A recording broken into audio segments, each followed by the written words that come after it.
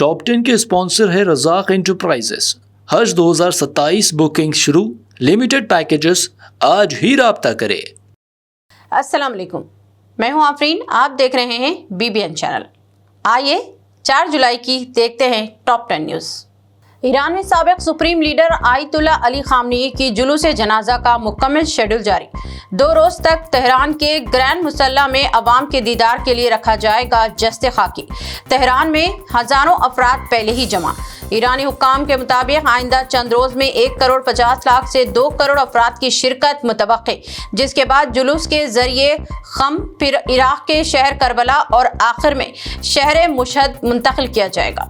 علی خامنئی کو امام رضا کے مزار کے احاطے میں سپرد خاک کیا جائے گا۔ یہ جنازہ ایران کی حالیہ تاریخ کی سب سے بڑی عوامی تقریبات میں شمار کی جا رہی۔ امریکی صدر ڈونلڈ ٹرمپ نے ایران کے حوالے سے ایک نیا بیان دیتے ہوئے کہا، ایران امریکہ کے ساتھ معاہدہ کرنے کا خواہش مند ہے۔ ان کا کہنا تھا کہ امریکہ نے ایران کو آخری رسومات کے لیے 1 ہفتے کی مہلت دی کیونکہ ہم اچھا رویہ رکھتے ہیں۔ ٹرمپ نے یہ بھی دعویٰ کیا کہ حالیہ جنگ میں امریکہ نے ایران کو سخت نقصان پہنچایا، جس کے بعد تہران مذاکرات کی طرف واپس آنا چاہتا ہے۔ اخبار نیو یارک ٹائمز کی رپورٹ پر شدید تنازع سامنے آیا۔ اخبار نے دعویٰ کیا ہے کہ امریکہ نے ایران کو خبردار کیا تھا کہ اسرائیل جوہری مذاکرات میں شامل ایرانی رہنماؤں کو نشانہ بنا سکتا ہے۔ اسرائیلی وزیر اعظم کے دفتر نے اس رپورٹ کو مکمل طور پر جھوٹ اور من گھڑت قرار دیا ہے اور اسے مسترد کر دیا۔ دوسری جانب نیو یارک ٹائمز نے اپنے موقف پر قائم رہتے ہوئے کہا کہ رپورٹ موجودہ اور سابق امریکی حکام سے حاصل کردہ معلومات پر مبنی ہے۔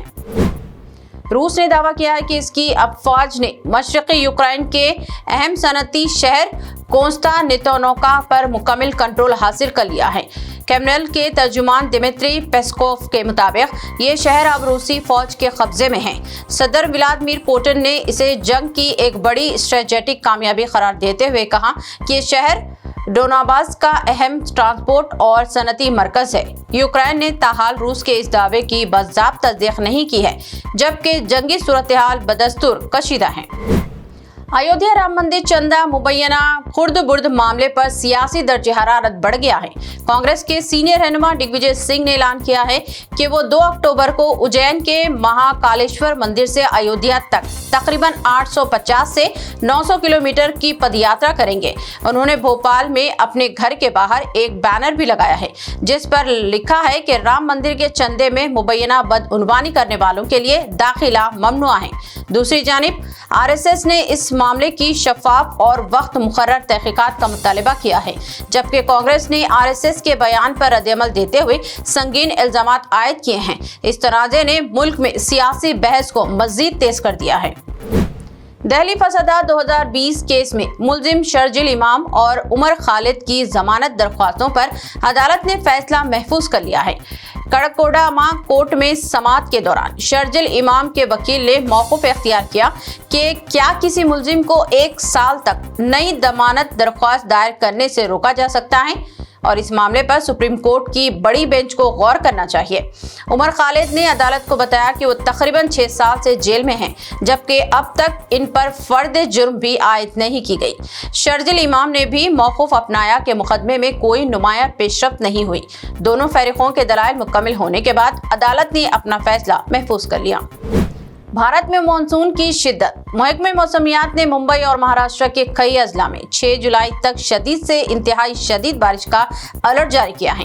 حکام کے مطابق ممبئی، تھانہ، رائے گڑھ، پالگھر، رتناگری اور سندھو درگ میں موسلادھار بارش کے ساتھ 50 سے 60 کلومیٹر فی گھنٹے کی رفتار سے تیز ہوائیں چلنے کا امکان ظاہر کیا ہے، جس کے باعث نشیبی علاقوں میں پانی جمع ہونے اور ٹریفک متاثر ہونے کا خدشہ ہے۔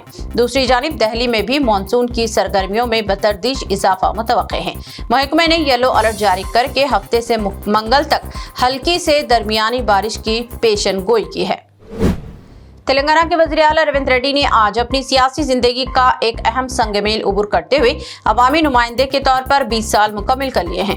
ان کا سیاسی سفر 4 جولائی 2006 کو محبوب نگر ضلع کے مدجل سے آزاد امیدوار کی حیثیت سے ZPTC رکن منتخب ہونے سے شروع ہوا۔ بعد ازاں وہ تیلگو دیشم پارٹی میں شامل ہوئے، رکن اسمبلی اور رکن قانون ساز کونسل منتخب ہوئے، جبکہ ریاست کی تقسیم کے بعد